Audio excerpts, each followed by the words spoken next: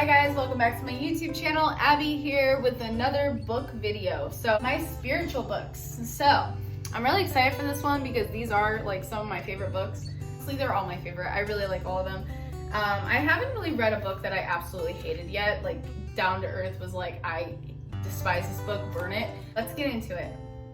First book is called Signs and Symbols. This book is really cool because A, the cover is just like amazing. Second of all, it's really cool because there's a lot of history in this book. It really just takes you through all the elements, like all the plants, animals, objects, symbols, signs, the cosmos, the statues, the mountains, any terrain on the planet that you could think of, like anything in this planet that you can think of that could represent something. Different cultures, histories, like tribes. I'm currently reading this because no one's gonna read this like all the way through like a normal storybook. It's not one of those books. It's like ones that like literally have pictures and symbols. It's like really active.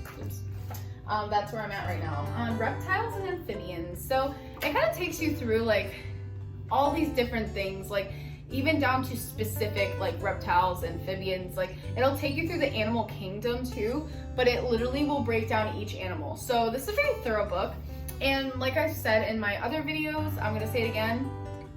I'm somebody who like sees messages in nature, in animals, and plants, in bugs, and I just see in my environment. I'm open to receiving downloads, messages, signs. I don't take every sign that I see the same way or to heart.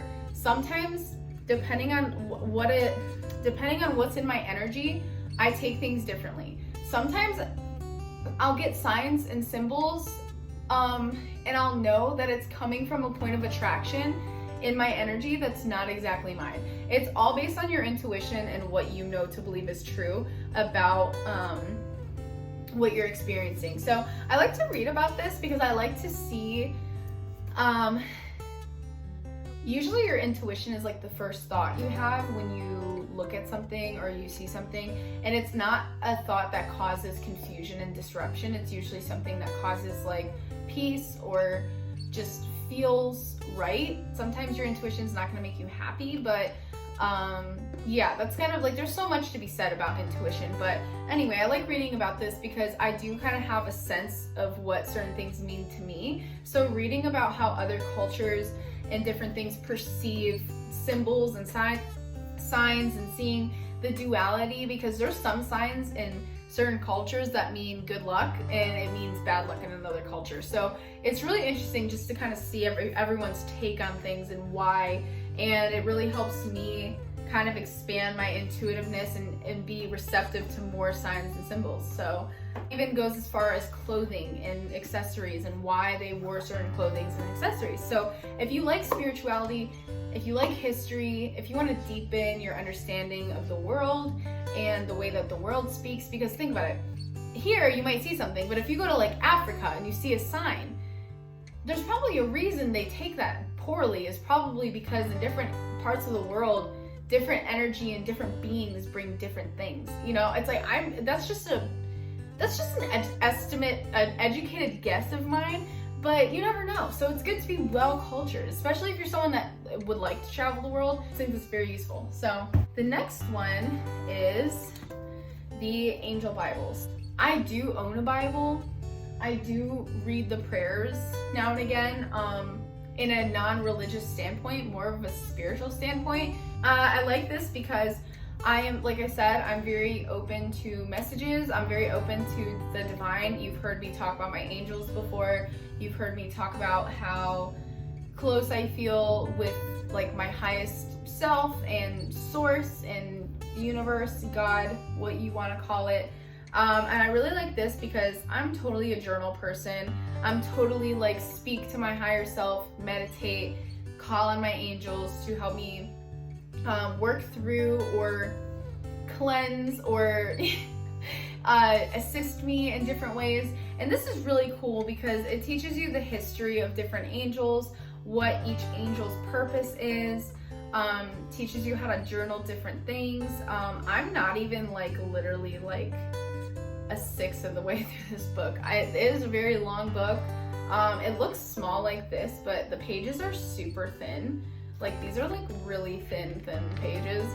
Each chapter is something of its own thing. It's like it all connects, but it doesn't. So it's like really good to take your time with this, especially if you are a light worker, or you have like you do angel work or prayer, or like white magic for people, or if you're like a tarot reader, you do any sort of craft. This is just really awesome. If you do like witchcraft, like I am totally accepting and down if you are doing things for the greater good and the highest good. You're doing things out of a place of love. You're sending things. I totally am down and am supportive of it. Yeah, so this is really good. I really like this, and I'm learning more every time I read it, and it really does help me connect with myself more and the higher power, and just my highest self and my angels and, you know, my ancestors. I love it. I love all that stuff. So the next is the Crystal Bible, because if anybody knows, I have a whole crystal collection. And I am someone who, like I said, I love the earth. I think the earth is amazing. I think the earth is healing. I think that just like we have fruits, vegetables, food, medicine, plants that do different things, who's to say, which actually it's proven. There's people that literally spend their whole life studying this and going to college for this. Different elements in our earth have different potencies of energy and frequencies. Just like plants have different tastes and purposes and healing effects and side effects, so does different elements in the earth. So I'm really like, this boils down to spirituality and science for me. Like there's things that you literally, if you cannot physically argue with, like there is literal physical proof behind. But for me, I don't need physical proof, but for other people, some people need physical proof. But it really does help to have the physical proof when you're beginning your journey like this. But I definitely use crystals as a tool, and that's the thing. Use the things around you in this planet, money, plants,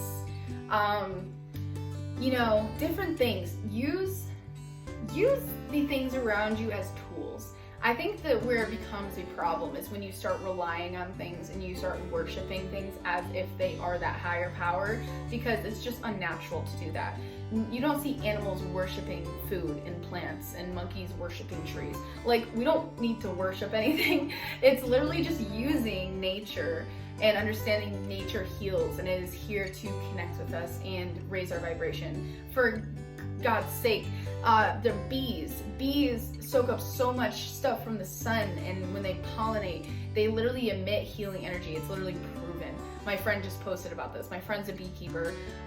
You'll see me post about her on my Instagram and stuff. If I can, I'll link her thing below. It's my friend's YouTube channel. But it's just common science and knowledge that different things on this planet have different healing powers, and this tells you about all the crystals. Honestly, all the crystals are not in here. This is not nearly enough to be big enough to literally hold all the crystals, but it has a lot, especially as a beginner, and that's why I think this one is part 1. There's like a part 2, but as you grow your collection, I highly recommend like marking pages and reading about it and understanding how and when to use it. Sometimes my intuition just tells me what rocks that I'm gravitating towards and what frequencies feel right to me, but this is really cool because it actually explains to you the hardness and the color, appearance, the rarity, the source. It tells you what organs in your body and different like parts of your essence and the manifestation things that you're interested in. It tells you what to use it for, how to use it, and what it helps promote. So I just think this is really, really cool. So yeah, I literally talked about 2 of those books for like 5+ minutes. I also have this. It's by the same person, Judy Hall. This one's the Little Book of Crystals, and this kind of goes into more depth about where crystals came from, why they are real and it's important, and how it affects your body. And then it also just has like different crystals and their meanings and uses in here. I just think this is like a pocket guide. Really love that. Okay, so in my other video, when I talked about the book, the Proverbs book, and I said, remember? Okay. If you didn't see it, go watch my inner child healing video or my inner child reading list video. It's really short. It's nice. So pretty much, when I was starting my spiritual journey, I pretty much just read prayers all the time. It was like really just me. I grew up Christian, going to Christian church. My grandparents were Catholic. My dad grew up going to Catholic church or Christian church. I can't really remember. Sometimes we would go to church, sometimes we wouldn't. There was a lot of religious kind of like abuse around like what we learned and how we learned it. And so that is why I classify myself strictly as spiritual. But like I said, I'm not opposed to reading prayers. I'm not opposed to reading parts of the Bible. I'm still very intrigued and grateful for spiritual stories and learning how to be more connected. I really just like this book because there's prayers, there's short little stories. I like connecting with God regardless of what I label myself as. Just my relationship with something bigger than me is really important, and I know that it lives within inside all of us, so of course to deny that would be me to deny the power within me. So I really do enjoy reading prayers, and anyone who's getting started and wants to connect with the universe, God, whatever you want to make it as your, you know, as your path, your journey, I highly recommend starting out with just a simple prayer book like daily. And it's nice to kind of read something every day and just have something to kind of set the tone of your day. I do not read this one anymore because I actually have another one I'm about to show you that I read every day. And in my next video, I'm going to have another one that's like a daily one, but they're in different categories kind of. So yeah, so the next book I recommend that you read is The Alchemist. I know that this is very popular and most people have probably already read this, but if you haven't read it, I know that there's probably a ton of people who haven't read it. I believe that this book, honestly, this book did change my life a lot. It was kind of scary to read just because of the life lessons, and the spiritual lessons in here are really deep and the truth hits hard. So for me, it did induce a little bit of anxiety in me, but now that I think it's been like a year since I've read this almost, I've made a lot more peace with the lessons that it teaches you. But it's a very good book. It's very like fulfilling, and it also talks about the language of the world. Like I've talked about before, how the world has a language that isn't spoken. It's literally like, it's like an unspoken message between all of us. Anything living, or not even anything living, it's just like the consciousness of the world. It's like there's consciousness in everything.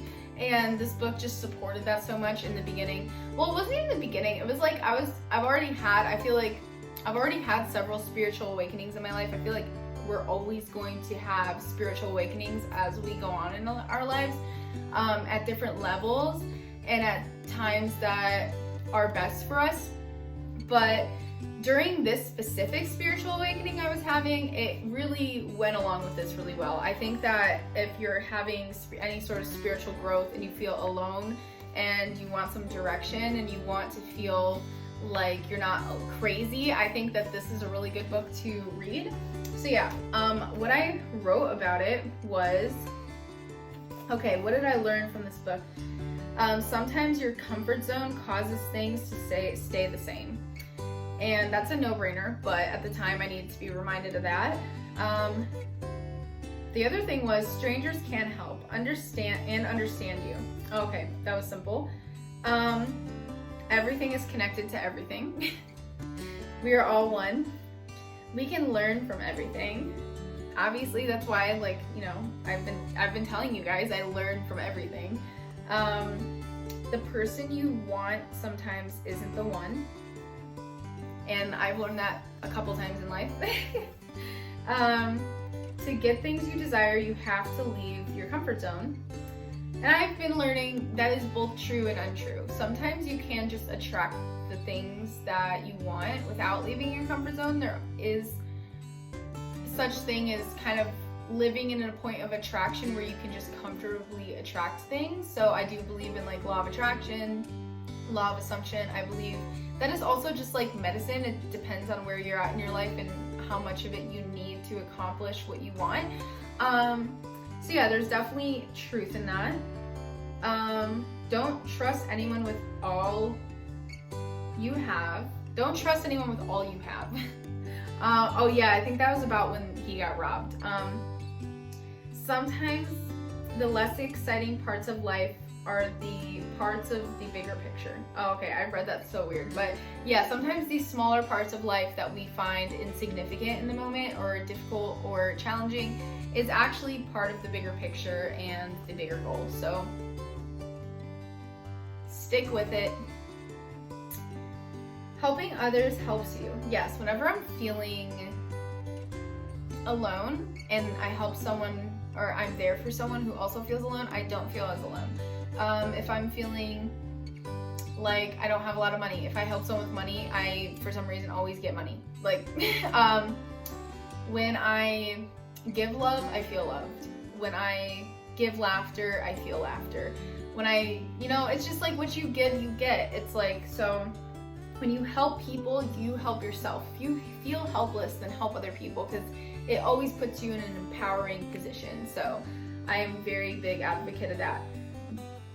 Better yourself, better the collective, which is pretty much what my whole channel is about. Really radical self-love is a huge key in raising the collective energy, raising collective love with connecting with people. When you realize that we are all one and we are all connected, loving yourself just becomes that much more important, because you know that everyone around you is affected by how you love yourself. So if you're speaking to yourself poorly, you're not going to speak to other people that great. Even if you try your best, people are going to still feel the energy that you're giving yourself because it's in you. It's like, if you're like abusing yourself, you're just going to be around people who abuse you too, and you're not helping yourself raise from that, but you're also enabling people to stay in that point of attraction, to stay in that vibration of like, it's okay to be like this because I'm going to be loved either way. Even though we all deserve to be unconditionally loved and we all are worthy of being alive, that's what unconditional love is. When you really love yourself and the people around you unconditionally, you understand that sometimes part of your healing and walking away and minusing yourself from the situation is what's going to heal all of it. There is a language and a soul of the world. Yes. Everything speaks the language of the world. I learned about omens, which was something I already was paying attention to, but learning about omens in the video or in the book, it really helped me to accept the omens that I would always see and feel through the language of the world. Love is love, and love doesn't need a why. I always wanted to know why I was loved, and I felt like if someone couldn't tell me why they loved me, then they didn't love me. Love is just love, and it's something that you feel from someone, and you know when someone loves you. Yeah. Your ego just gets in the way because the ego wants a logical answer, but the heart is not the ego, and the heart doesn't need a reason. The heart just knows and loves anyway. Always tell the truth and do the right thing, which, yeah, that is really important. And the right thing may be hard, but the right thing is still the best option. And it may make you struggle, but still do the right thing. And it'll be it might not always turn out the way you want, but at least you have the peace of mind knowing you did the right thing for the better cause, Listen to your heart, and it will always remind you of what you want. The heart doesn't like to suffer, so eventually it will avoid what it wants. The heart will fear and deceive you. Be your heart's best friend. Real love is patient and waits for you. And never let your dreams die. yeah, so that was what I learned from The Alchemist. That book was powerful. Now that I read all that, I want to read it again. But yeah, so that's cool. Okay, the next book, I'm just going to explain this really short and simple. It's called Soul Stepping, and it pretty much has, each chapter is a different kind of exercise while you're walking. So it talks about how walking can be healing and how you can alchemize and pretty much like quantum leap from one feeling and vibration to a different vibration just over a walk, and how as you walk, if you do these different mantras, chants, if you walk certain ways, like kind of walk in a rhythm while you're like speaking something into existence, it tells true stories about people who've done this and how it affected their life. I just think it's really cool. It tells you if you're feeling angry or if you're feeling stuck, or it'll give you different reasons that are like symptoms that you could have that would make certain walks better for you. They even have walks for couples or friends, like if you're working things out with people.